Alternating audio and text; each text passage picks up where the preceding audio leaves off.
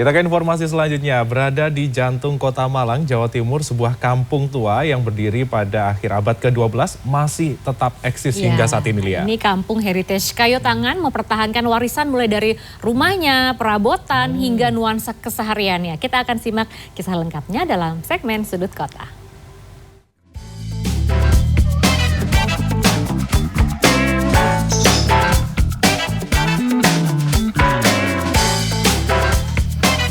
Merawat sejarah dan kenangan, Kampung Heritage Kayu Tangan di Malang mengusung konsep suasana tempo dulu.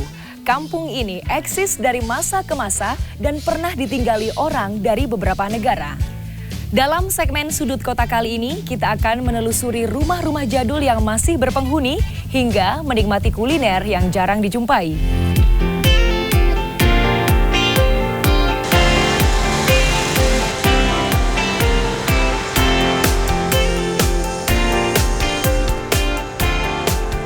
Nama Kampung Heritage Kayu Tangan berawal dari Kampung Talun yang berdiri pada 1198 atau masa Hindu-Buddha.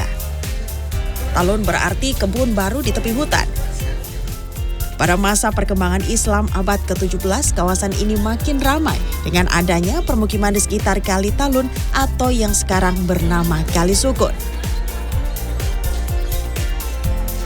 Kemudian pada 1830-an, kampung ini mengubah wajah yang semula tradisional menjadi kolonial seiring dengan didirikannya permukiman dengan arsitektur bergaya Eropa. Dan pada 1900-an, sekitar kawasan ini berkembang menjadi sentra bisnis. Di tempat inilah kemudian muncul tidak hanya pertokoan, tapi juga hunian yang dihuni oleh lintas. Ada sebagian itu orang-orang Belanda, iya, itu kan jelas mulai tahun 1800-an 20-an lah itu. Kemudian ada juga beberapa orang Cina, tapi juga orang-orang pribumi yang ada di kampung ini. Peninggalan bersejarah yang masih dipertahankan menjadi potensi utama pariwisata di kampung ini.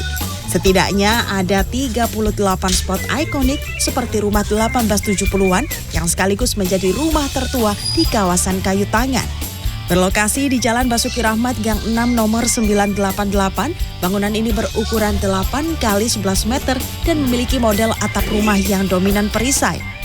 Di sini apa menjadi khasnya? Ya mungkin karena ceritanya. Jadi kekuatan di budaya itu adalah sebuah narasi.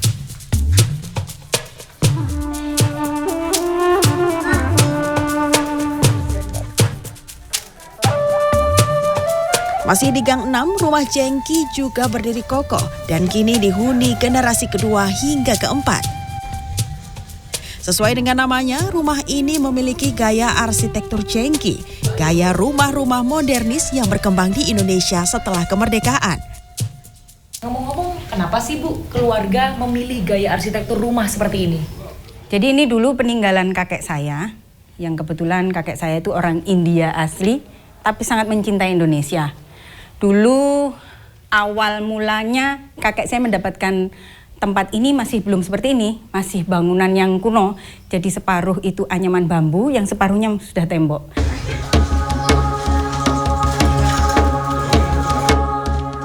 Bergeser ke Gang 4, ada rumah Mbah Ndut yang dibangun pada 1923.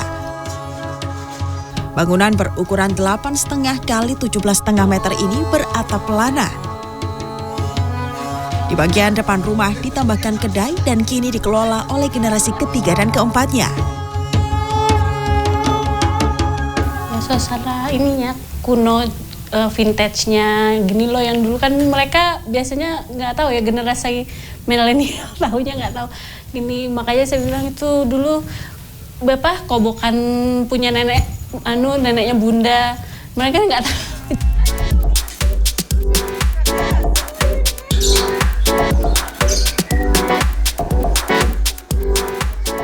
Menyusuri Kampung Heritage Kayu Tangan, kita tak hanya disuguhkan dengan rumah-rumah dan perabotan lawas, tapi juga resep kuliner peninggalan Belanda.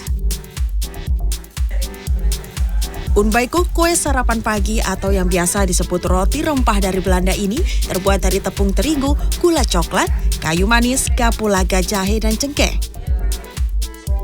Aneka minuman tradisional pun bisa dinikmati di sini seperti beras kencur, kunyit asam, wedang secang, jahe krimer, dan temulawak.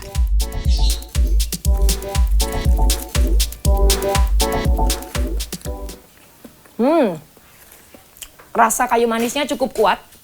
Biasanya orang-orang Belanda menikmati unbaikuk dengan teh atau kopi. Tapi karena ini di Malang, pairingnya sama es secang.